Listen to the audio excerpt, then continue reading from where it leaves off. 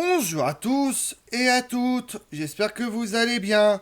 Aujourd'hui on s'intéresse à une reine largement méconnue et pourtant extrêmement puissante, avec un destin tout aussi intéressant que sa mort.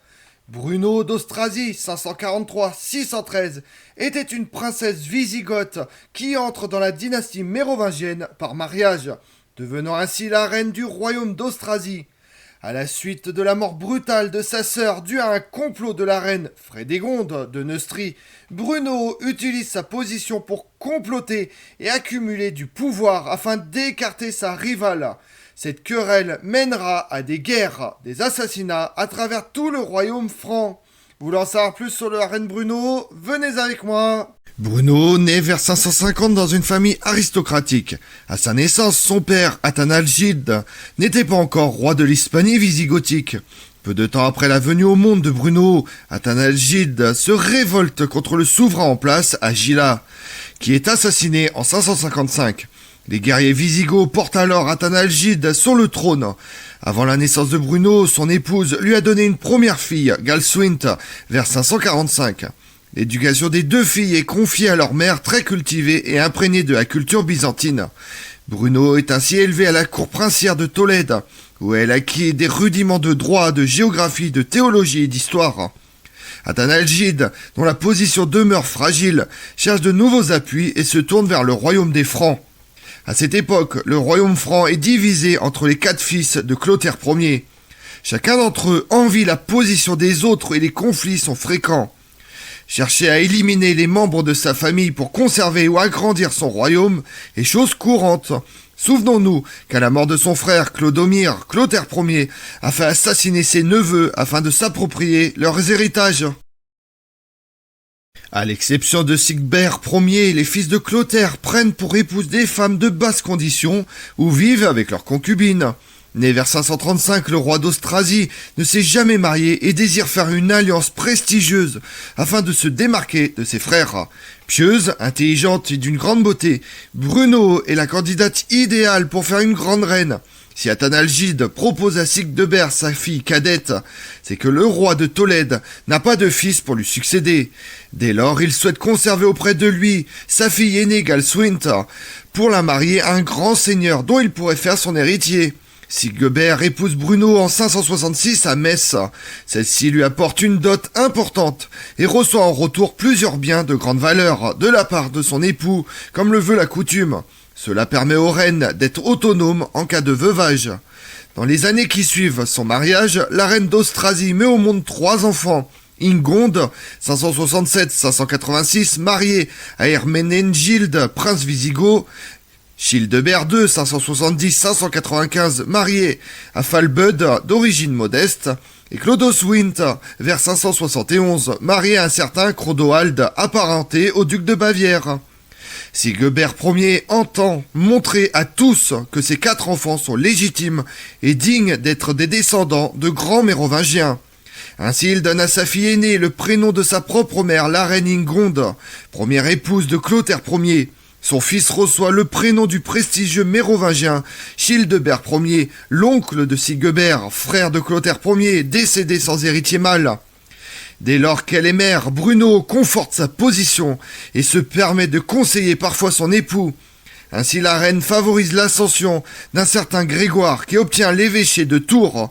Il est connu aujourd'hui sous le nom de Grégoire de Tours. La mort de Charibert Ier en 567 fragilise l'équilibre géopolitique du royaume des Francs et entraîne un nouveau conflit entre les 3 frères survivants. Dans le partage de 568, où il obtient des cités en Aquitaine, Chilpéric se sent lésé. Il est également jaloux et inquiet du mariage prestigieux que vient de faire son frère Sigbert. Le roi de Neustrie demande alors la main de la sœur de Bruno, Galswint. Athanalgilde, voilà un moyen de renforcer son alliance avec les Mérovingiens, d'autant que Chilpéric possède désormais des territoires derrière sa frontière nord. Néanmoins, le roi de Tolède exige que sa fille soit la seule femme à demeurer auprès de Chilpéric. Sans doute espère-t-il que Galswint sera ainsi influencé son époux. En 565, celui-ci s'est déjà séparé de sa première épouse, Andover, d'origine modeste, qui lui a donné plusieurs enfants. Il vit désormais avec sa concubine Frédégonde, dont le prénom signifie paix et guerre. On ignore tout des origines de celle-ci, entrée au service de la reine Andover, et qui n'a pas tardé à se glisser dans le lit de Chilpéric.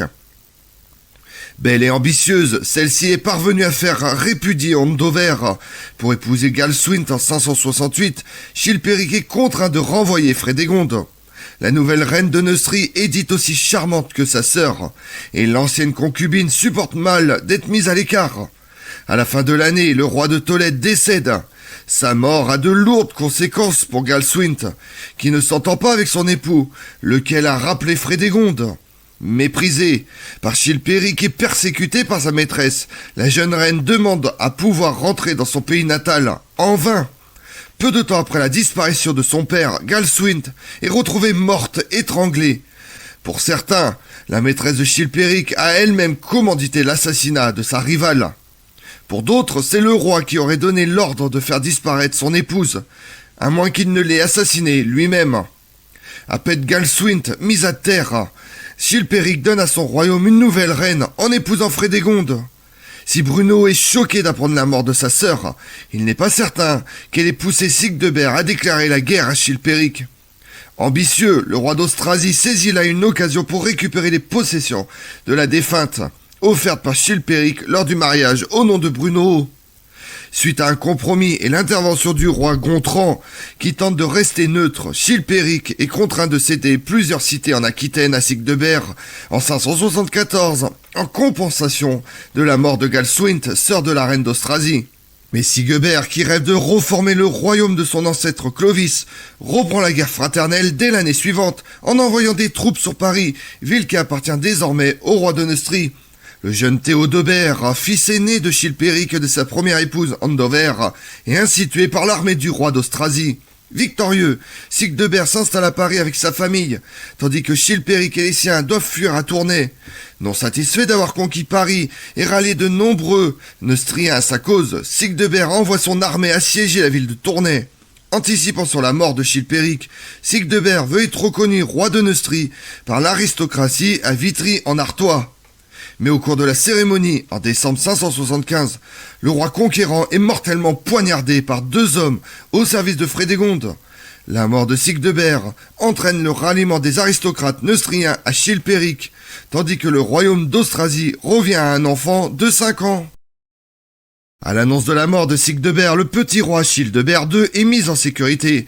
À son arrivée dans Paris, Chilpéric capture Bruno et ses filles et envoie les captives à Rouen. C'est là en 576 que Bruno épouse le prince Mérové, second fils de Chilpéric et d'Andover, qui est tombé sous le charme de la reine. Cette union est scandaleuse. Bruno est la tante par alliance de Mérové, et leur mariage est donc considéré comme incestueux par l'Église. Quant à Bruno, tombé aux mains de Chilpéric, elle évite ainsi d'être enfermée dans un couvent ou mariée de force à un homme de moindre importance, choisi par son ennemi. Lorsque Chilpéric apprend le mariage de son fils, il le fait tondre et l'enferme dans le monastère de Saint-Calais, près du Mans. Bruno est renvoyé à Metz par Chilpéric en signe d'apaisement. Par cette manœuvre, le roi de Neustrie espère peut-être profiter de la confusion que le retour de Bruno produira en Austrasie. Les aristocrates voulant conserver la régence de Childebert II. La mère du jeune roi se retrouve veuve à nouveau en 577. Après s'être évadé de prison et avoir tenté de rassembler des partisans autour de lui, Mérové meurt, sans doute assassiné sur ordre de Frédégonde, pour s'être rebellé contre son père.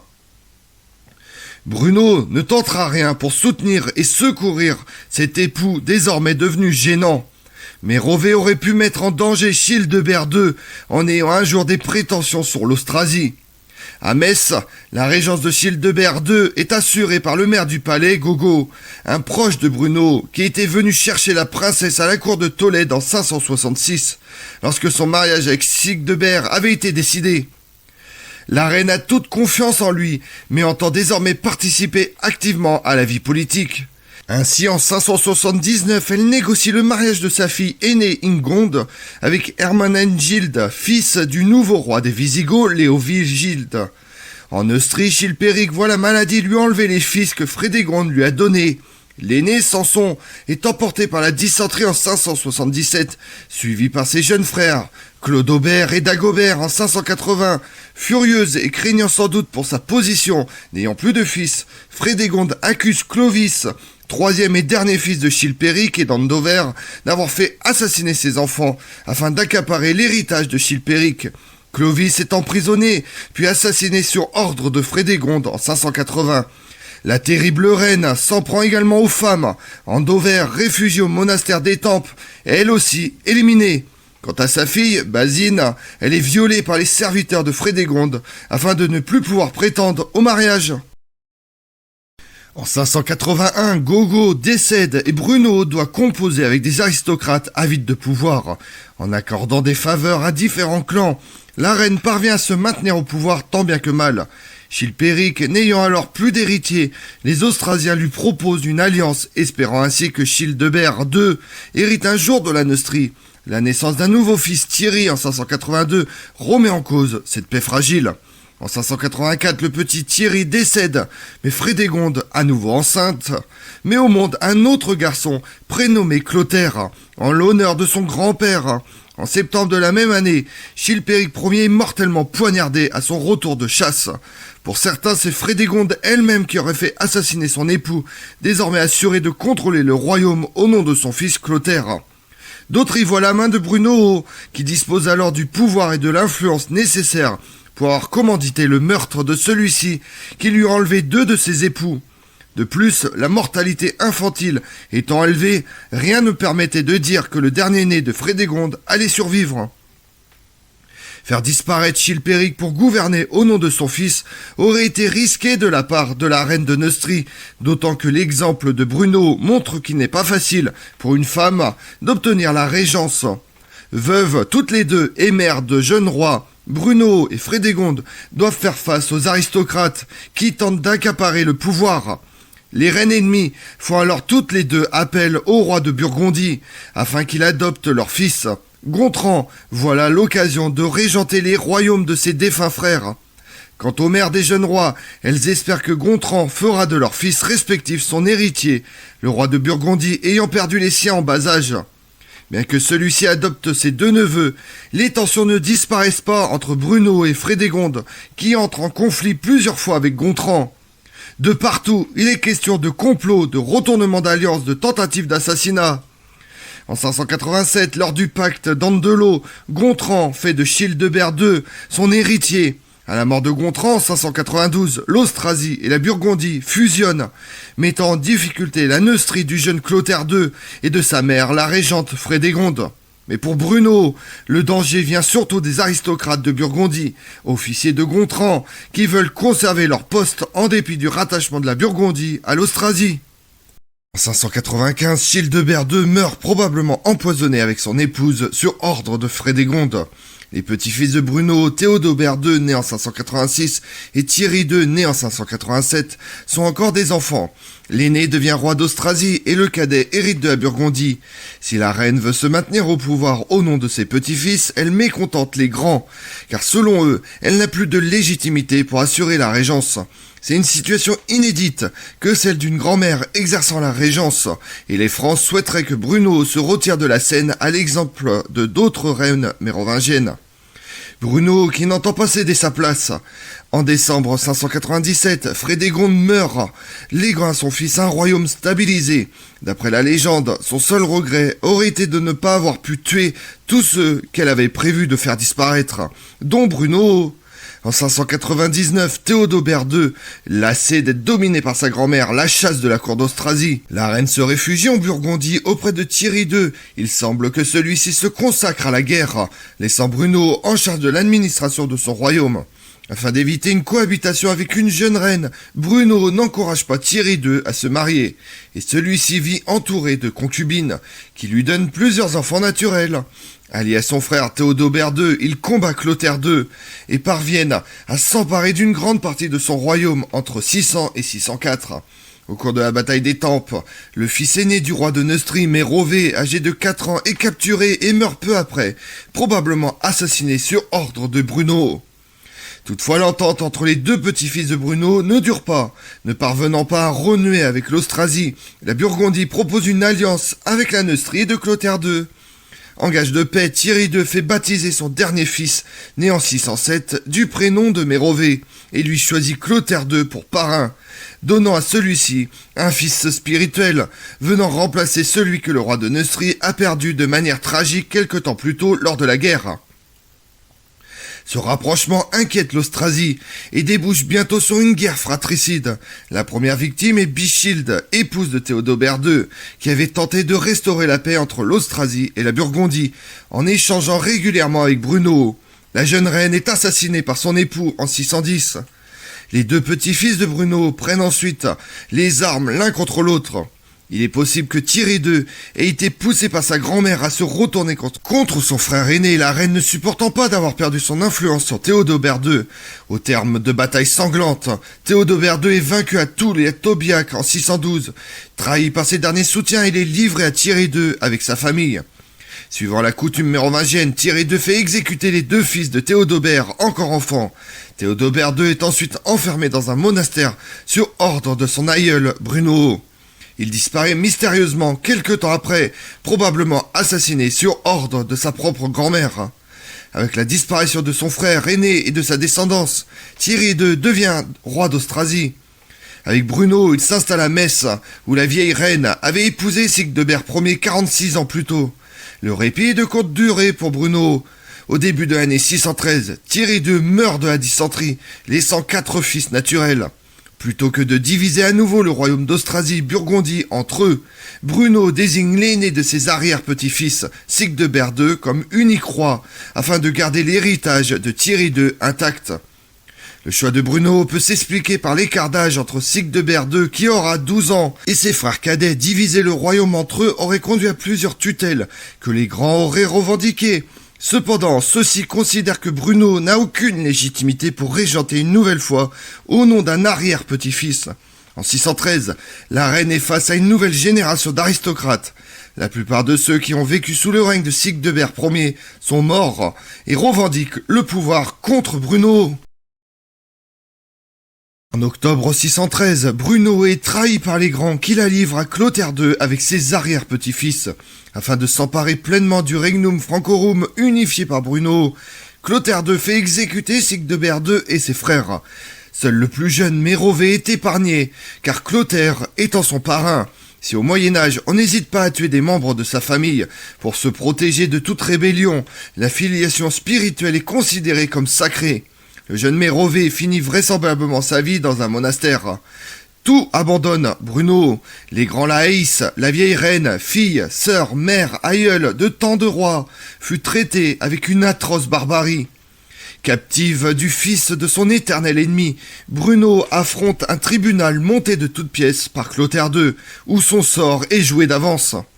Afin de tenir l'image de la reine pour la postérité, on l'accuse de multiples meurtres, dont certains sont l'œuvre de Frédégonde, une manière pour Clotaire II de dédouaner sa mère des crimes dont elle s'est rendue coupable. Bruno est torturé durant 3 jours avant d'être hissé sur un chameau entièrement nu et promené afin que les hommes de Clotaire II puissent l'insulter à leur guise. En dépit de ce châtiment dégradant et éprouvant, la vieille reine déchue vit toujours. Clotaire II fait alors attacher Bruno à la queue d'un cheval indompté par les cheveux, un pied et un bras, avant de lancer l'animal au galop. Le corps de celle qui fut reine d'Austrasie est ensuite brûlé. Un tel traitement inhabituel chez les Mérovingiens marque la volonté de Clotaire II de faire totalement disparaître son ennemi, jusqu'à son souvenir. Au-delà de l'ennemi vaincu, c'est bien le corps politique de Bruno qui doit être réduit à néant. La fin de la reine et le non-respect de son corps tendent à montrer à tous qu'elle n'était qu'une criminelle, accusée de nombreux assassinats et usurpatrice ayant régné à la place de ses descendants mâles. Clotaire II ne se contente pas de faire exécuter Bruno, il lui refuse une sépulture, incinérant son cadavre, rendant ainsi tout culte impossible, rompant là une nouvelle fois avec la tradition franque qui veut que tous les rois et les reines soient enterrés dignement, même s'ils n'ont pas eu une vie exemplaire. Avec la disparition de Bruno et celle de ses descendants, à l'exception du petit Mérové qui deviendra moine, Clotaire II est désormais le seul roi des Francs, vainqueur de l'ennemi juré de Frédégonde, laquelle remporte une victoire post-mortem sur sa rivale. Si l'image de la reine déchue est noircie par les descendants de Clotaire II, Bruno va être réhabilité sous le règne des Capétiens grâce aux nombreuses églises qu'elle a fait bâtir. Ainsi, on retrouve du règne de la reine une description plus respectueuse dans les grandes chroniques de France, commandées par Saint Louis en 1250. Frédégonde, au contraire, est considérée par la postérité comme une reine cruelle, ambitieuse, frénétique et assassine. Comme on l'a vu, l'héritage de la reine Bruno est mitigé. Elle est louée pour sa moralité, sa vertu et son intelligence, mais aussi critiquée pour sa soif de pouvoir et son caractère excessif. Si ses origines wisigothes ont constitué un point de friction avec la population germanique de Francie, elle eut également une influence en Austrasie, même après sa mort, car le roi Clotaire II dut discréditer son héritage et faire retomber les problèmes du royaume franc sur sa mémoire, afin d'unifier le royaume et de contrarier les forces fidèles à Bruno, qui résistaient à son règne. Néanmoins, la reine Bruno est entrée dans l'histoire en tant que reine de grand pouvoir et d'influence. Je vous remercie d'avoir suivi cette vidéo en ma compagnie. Si vous voulez connaître mes autres vidéos, retrouvez-moi sur ma chaîne YouTube Tout sur l'Histoire avec Damien, mais également sur les réseaux sociaux, Twitter et Instagram, Histoire Damien. Et pensez à liker, commenter et vous abonner. Je vous remercie à tous.